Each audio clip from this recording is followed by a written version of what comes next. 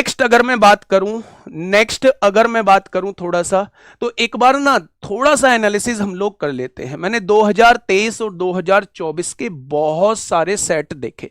ऐसा नहीं है कि सारे के सारे क्वेश्चंस आसान थे, उसमें कुछ क्वेश्चंस ऐसे भी पूछे गए हैं जो कैलकुलेशन से भरे थे, जिनमें थोड़ी सी कैलकुलेशन करनी पड़ रही थी और कैलकुलेशन में थोड़ा सा टाइम लग रहा था मेरे भाई, और वो सभी एग्जाम में उन्होंने मेंटेन किया हुआ है जो कैलकुलेशन वाला पार्ट है।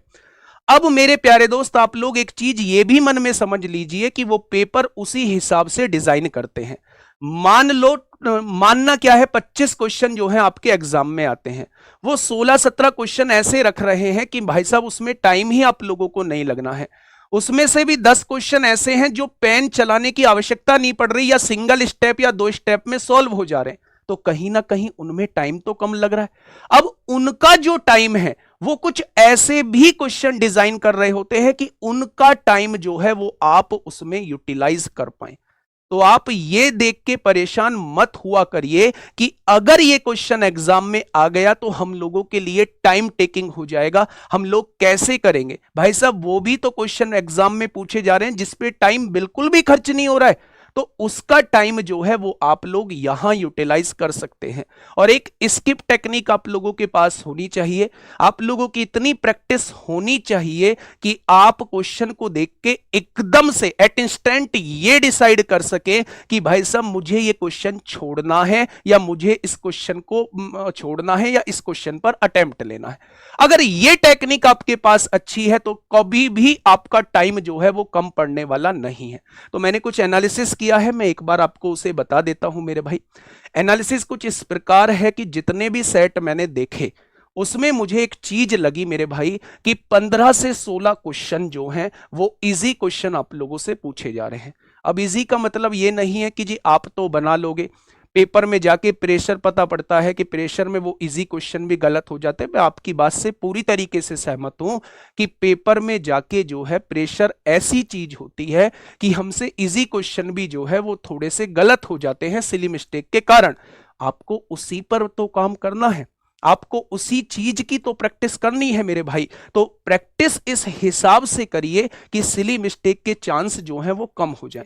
तो मेरे प्यारे दोस्त, मुझे ऐसा लगता है कि अगर कोई बच्चा सीरियस एस्पायरेंट है तो मेरे भाई इसमें उसे कोई दिक्कत नहीं आने वाली है। बात करते हैं मेरे भाई 7 से 8 क्वेश्चन जो हैं वो मेरे भाई थोड़े से कैलकुलेशन के पॉइंट ऑफ व्यू से।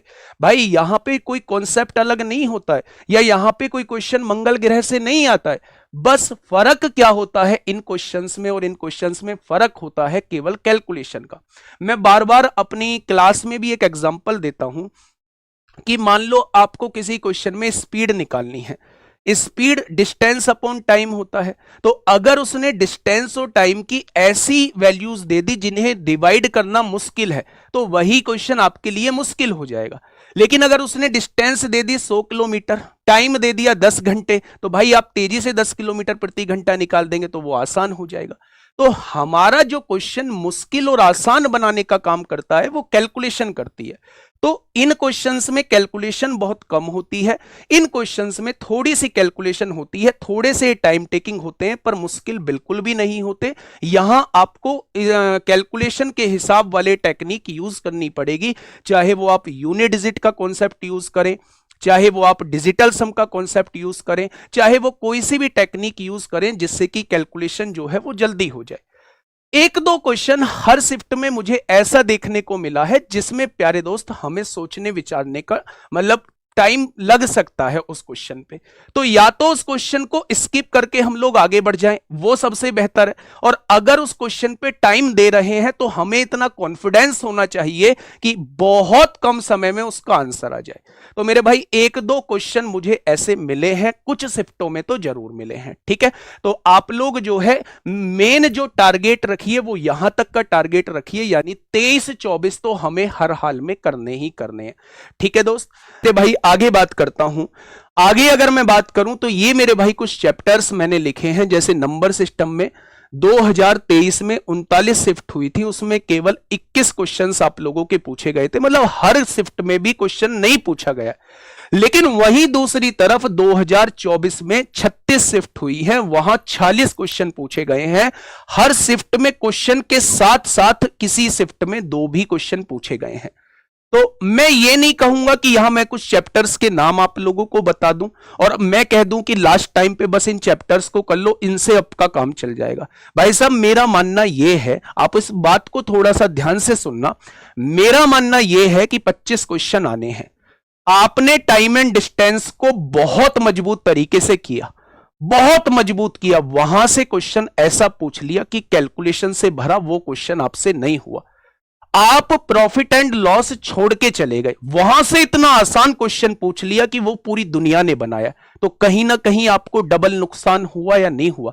मेरा मानना यह है कि जब आप सीजीएल प्री का एग्जाम देने बैठो तो मैथ्स के बेसिक पार्ट पे आपकी कमांड होनी चाहिए। हर क्वेश्चन, हर चैप्टर पे आपकी थोड़ी थोड़ी कमांड जरूर होनी चाहिए।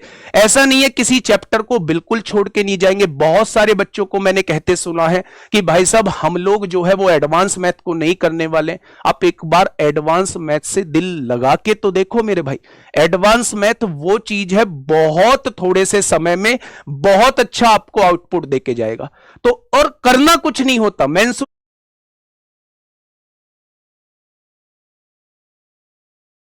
में फॉर्मूले हम तो लोगों को याद करने होते हैं।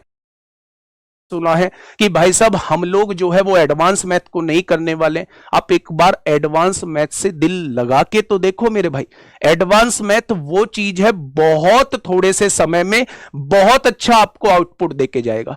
तो और करना कुछ नहीं होता, मेंसुरेशन में फॉर्मूले हम तो लोगों को याद करने होते हैं, ज्योमेट्री में थ्योरम हम लोगों को पढ़नी होती है, अलजेब्रा में वही आपके जो बार बार क्वेश्चन पूछे जाते हैं वही अब पूछे जा रहे हैं।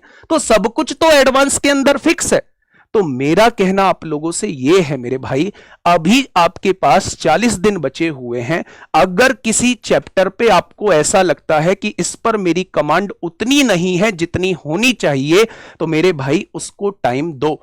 लेकिन मैथ्स का पेपर जब आप सीजीएल प्री का पेपर देने जाओ तो मैथ्स कंप्लीट करके जाना, कुछ भी छोड़ के मत जाना, क्योंकि एग्जामिनर का कुछ पता नहीं है वो क्वेश्चन कहां से रख देगा। ठीक है मेरे भाई, चाहे किसी चैप्टर को कम कर जाना, किसी चैप्टर को ज्यादा कर जाना, लेकिन करके हर एक चैप्टर को आपको जाना है, एडवांस को छोड़ के बिल्कुल नहीं जाना है मेरे भाई। तो ये आपको पीडीएफ मिल जाएगी, इसमें मैंने बहुत अच्छे से एनालिसिस किया है कि 2023 में कितने क्वेश्चंस पूछे गए हैं, 2024 में कितने क्वेश्चंस पूछे गए हैं। यहां से आप चैप्टर की इंपोर्टेंस का पता लगा सकते हो कि कौन सा चैप्टर कितना इंपोर्टेंट है। ठीक है भाई।